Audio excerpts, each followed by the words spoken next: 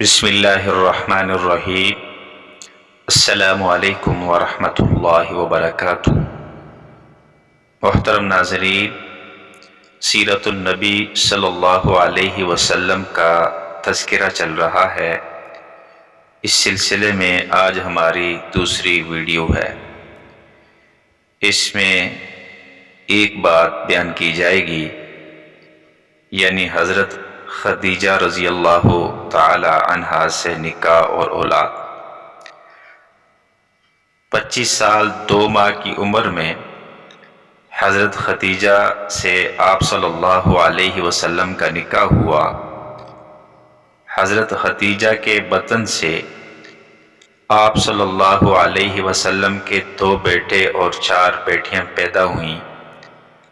آپ کی اولاد میں حضرت قاسم رضی اللہ عنہ کی پیدائش سب سے پہلے ہوئی۔ یہ پاؤں پر چلنا سیکھ رہے تھے کہ ان کی وفات ہو گئی۔ دوسرے بیٹے حضرت عبداللہ ہیں، انہی کا لقب طیب اور طاہر ہے۔ پیدائش کے کچھ عرصہ بعد ان کا بھی انتقال ہو گیا۔ ان کی ولادت آپ صلی اللہ علیہ وسلم کو نبوت ملنے کے بعد ہوئی۔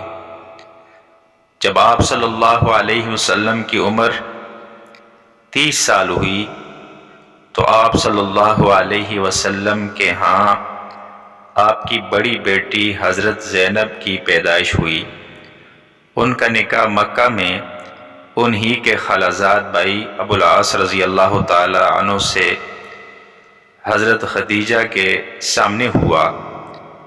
جب آپ کی عمر 33 سال ہوئی تو آپ کی دوسری بیٹی حضرت رقیہ رضی اللہ عنہا کی پیدائش ہوئی، جن کا نکاح مکہ ہی میں حضرت عثمان رضی اللہ تعالی عنہ سے ہوا۔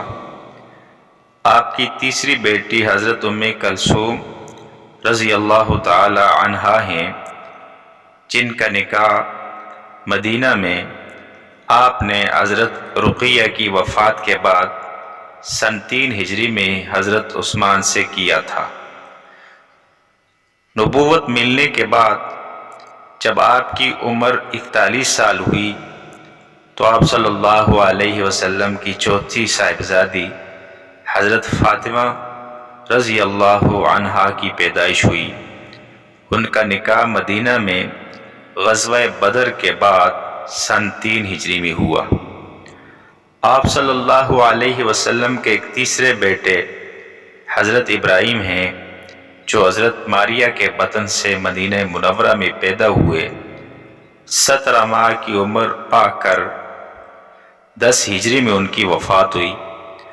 تقریباً 33 برس کی عمر میں آپ صلی اللہ علیہ وسلم پر غیبی اسرار کا ظہور شروع ہوا۔ 35 سال کی عمر میں آپ نے قبائل کے سب منتخب افراد کے ساتھ کعبہ کی اثر نو تعمیر کے دوران حجر اسود کو اپنے ہاتھ مبارک سے نصب کیا۔